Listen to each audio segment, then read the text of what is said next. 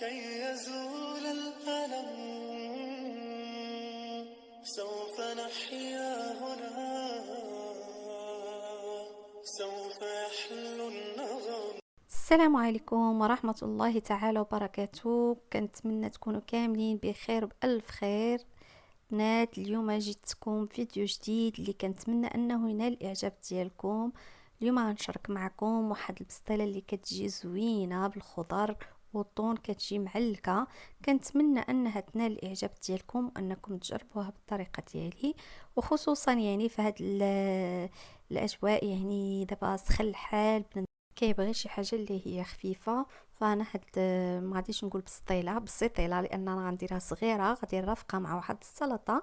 بالنسبه للسلطه يعني كل واحد كيدير الخضر اللي عنده في الدار، يعني راه ماشي مشكل. فكتجي كي قلت لكم غديوه خفيفه وصيفيه. كنتمنى من الله انها تنال الاعجاب ديالكم. فنبداو على بركه الله. بسم الله. كي كيبان لكم انا خديت واحد جوج ديال الخيزويات حكيتهم، جوج ديال القرعات حكيتهم. عندي فلفله حمراء وفلفله خضراء محكوكين. ما عندكمش حمراء ديروا جوج خضرين ماشي مشكل. عندي 3 ديال الفرماجات، عندي تقريبا معلقه كبيره ديال القزبر والمعدنوس، عندي جوج ديال كرنيشو هذوك كبار، الا كانوا صغيورين كديروا 3. عندي فص الثوم انا اللي دايره كبير، يعني الا كانوا متوسطين غديروا جوج فصوص ديال الثوم. عندي صويا صوص وعندي الصلصه الحاره. فغادي ندير الخضيره ديالي باش تشحر. غادي نحك هذوك الكرنيشو، غادي نحك في الفص ديال الثوم.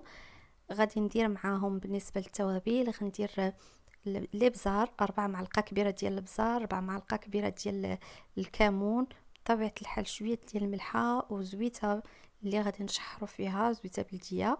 وعندي الزعتر، عندي معلقه ديال الزعتر اللي غادي نحكها ما بين يديا، معلقه ديال الزعتر. فهاد الشيء اللي كندير في التوابل، يعني ما كندير لا خرقوم بلدي لا سكينجبير لا والو. عندنا الكمون والابزار والملحه والزعتر. وبالنسبه للصلصه الحاره فانا غادي ندير غير شويه لان على حسب الوليدات صغار. فبالنسبه للناس يعني كتبقى على حسب الصلصه الحاره، كتبقى كل واحد على حسب القدر اللي كيبغي. فكاين اللي كيبغيها تكون حاره بزاف، كاين اللي شويه اللي عنده الوليدات، وهذا مهم على حسب كل واحد. فغندير كل شيء. المهم غادي نديرها دابا باش تشحر ليا الخضيره. ملي كتشحر الخضيره كنزيد معلقه ونص، معلقه كبيره ونص ديال الصويا صوص. وغادي ندير دوك 3 ديال الفرماجات، غنديرهم وغادي نبقى نمحس دوك الفرماجات حتى كي مع ديك السخونيه كيذوبوا، كيتجانس لك الحشوه كامله، يعني الخليط كيصافي كيطلقوا كيتجانسوا، كتولي ديك الحشوه عندك معلكه. من بعد كنطفي عليها. ملي كنطفي عليها عاد باش كنزيد داك المعلقه الكبيره ديال القزبر والمعدنوس. وكنكون انايا درت بطبيعه الحال الشعريه الصينيه، درتها في الماء. انا ما كنديرهاش في الماء الطايب، لان الا درتوها في الماء الطايب غتلاحظوا انها ولات كتعجن.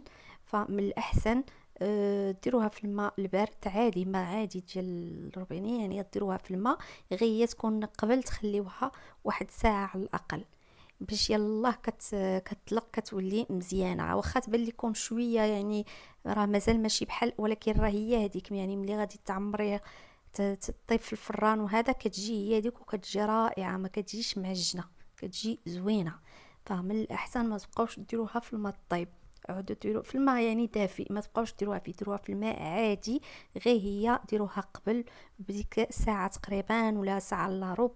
ديريها في شي كاسرونه تعمريها بالماء وديريها فيها وتخليها حتى تكملي التوجد ديالك ديال كلشي، ديك الساعه كتلقايها واجده. فالمهم انا ديجا كنت درتها، غادي نقطعها وغادي نخلطها مع ديك الخضيره مع ديك المعلقه ديال القزبر والمعدنوس. وغادي نزيد عليها جوج العلب ديال الطون، جوج العلب ديال الطون غادي نصفيهم مزيان من الزيت. ولكن ما كنفرتتش، انا كي لاحظتوا علاش ما درتو حتى الاخر، انا بغيتو يبقى صاين. يعني ما غاديش ما بغيتوش يتفرتس، يبقى يعني يبقاو طريفات اللي هما باينين، طريفات باينين.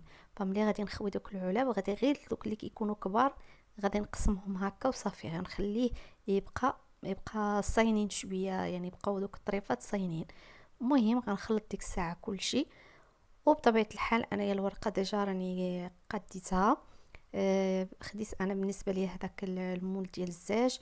فرشت الورقه بالنسبه للورقه، انا في داك المول ديال الزاج معنا عندي دوك الورقه كتجيني عندي صغيره، يعني كنصاوبها كتجيني في المقله عندي صغيره. فانا كندير 5 ديال الورقات، وفي الوسط كندير جوج، كندير وحده فوق وحده. غادي ندير لك الحشوه ديالي تقريبا نص ديالها، وعاد باش غادي نحط الفرماج ديال الساندويتش. غندير فرماج ديال الساندويتش عندي تقريبا تما كاينين وقيله 3، داكشي اللي بقى عندي. يعني الا كان عندكم اكثر ديروا حتى 4 مزيانين، تغطيو كلشي راه مزيان. انا بالنسبه لي داكشي اللي كان باقي عندي في الثلاجه هذاك الشيء اللي درت. يعني كون كان عندي اكثر غندير حتى 4. درت انا غير 3 ديال لي طرونش ديال هذاك الفرماج ديال الساندويتش، قسمتهم النص وحطيتهم هكا. وغادي ندير باقي الحشوه. وبطبيعه الحال غادي نلمط ديك البسيطيله ديالي. غندير تاني تقريبا غنحتاج واحد 4 ديال الورقات تاني باش نقادها بها. انا مهم غادي نجمعها، بغيتها صغيره فغنحاول ندكها شويه ونجمعها مزيان باش تجيني صغيره. فراه بهاد الحشوه تقدروا ديروها على القياس ديال داك المول، لان راه ماشي قليله ديك الحشوه. غير انايا بغيت ندكها ونصغرتها شويه، ولكن راه غتجي مدكوكه عامره، يعني كتجي طالعه. حيت انا بغيت نرافقها مع واحد السلطه، فداك الشيء علاش انايا درت ليها هكاك، جمعتها مزيان. المهم ومن بعد دهنتها بالزبده. الزبده كتكون بدرجه حراره المطبخ عادي. انا كندير لها غير زبيده هكا، ما كنديرش البيض ولا هذا، كندهنها غير بزبيده. وعندي واحد جوج ديال الورقات اللي كنت خليتهم حتى نشفوا في المقله. وملي كينشفوا كيوليو كتولي الورقه واقفه، يعني كتفرتتيها. كنفرتتهم باليد ديالي، وهما انا غندير ليهم حتى كتقرب طيب تحمر من الفوق واحد شويه. كندير ليهم الزبده وكنديرهم من الفوق باش كتزيني بهم ديك البسطيله ديالك. كيجي المنظر ديالها زوين بلا ما تحكي عليها لا فرماج لا والو، يعني كتجي زوينه في المنظر. المهم ملي ساليت انا دابا، ملي غنسالي البسطيله ديالي غادي نشعل عليها الفران وغادي ندخلها باش تحمر. وغادي نوجد معكم السلطه. كي قلت لكم بالنسبه للسلطه يعني الواحد يدير الخضر اللي عنده في الدار، يعني ماشي مشكل. المهم حنا بغينا غير نفرحوا وليداتنا ونديروا شي خديوه كي قلت لكم اللي هي خفيفه وفي متناول الجميع. بالنسبه للسلطه انا خديت 4 ديال البطاطات اللي سلقتهم وقطعتهم مربعات. عندي خياره وحده اللي قطعتها دوائر. عندي 3 ديال الفجلات يعني قطعتهم حتى هما دوائر. عندي طوماط سوري صفراء وحمراء. وعندي واحد 4 ديال البيضات ديال السمان، هذوك غير بالنسبه للتزيين هما السوريمي. وعندي اللوبيا مسلوقه واحد الكونتيتي اللي هو قليله. المهم وديك جبيبينيه صغيره. عندي الروز، 2 بانيات الروز مسلوق، وعندي المايس، وعندي 2 ديال الخيزويات اللي حطيت انا، ولكن غادي نستعمل منهم غير وحده، ما غاديش نديرهم بجوج. يعني جاوني كتار على سميتو فما درتهمش بجوج، درت غير وحده اللي غادي نحكها مع الروز وغندير معها المايس. يعني ما نخرجوا على داك الروز مع الطون مع سميتو، فغير بالخيزو وبالمايس كيجي زوين. غير هو كنديروا معاه المايونيز ضروري. كديري معاه المايونيز وكديري معاه شويه ديال الخل ومليحه. فهادشي اللي كديري معاه كتخلطيه مزيان، يعني كتجي بهاد الطريقه كيجي الرز زوين كيجي لذيذ. فبالنسبه اللوبيا غادي ندير معاها غير شويه ديال الكمون، شويه الابزار، شويه ديال الخل، شويه زيت البلديه. بالنسبه للبطاطا راه عندي واحد البصيله صغيره نسيت ما قلتهاش. بالنسبه للبطاطا غادي ندير مع ديك البصيله الصغيره غادي نقطعها، وغندير شويه ديال القزبر المعدنوس شويه، وغندير شويه الكمون الابزار مليحه زويته بلديه، شويه ديال الخل. المهم انا خديت الطبق اللي غادي نقدم فيه، فرشت فيه الخوص، حطيت في الجوانب حطيت الرز. دايره كيبان لكم واحد الجبانيه اللي درتها في الوسط. هذيك الجبانيه اللي غنحط فوق منها الطبيسي اللي غادي ندير فوق منه البسطيله. المهم غادي ندير البطاطا. المهم غنديرها في واحد في الجوانب بجوج جهه الروز. غندير اللوبيا حتى هي، وفي الوسط ديال دوك الجوانب اللي دايره فيهم البطاطا واللوبيا غندير دوك الدوائر ديال الخيار وديال الفجل.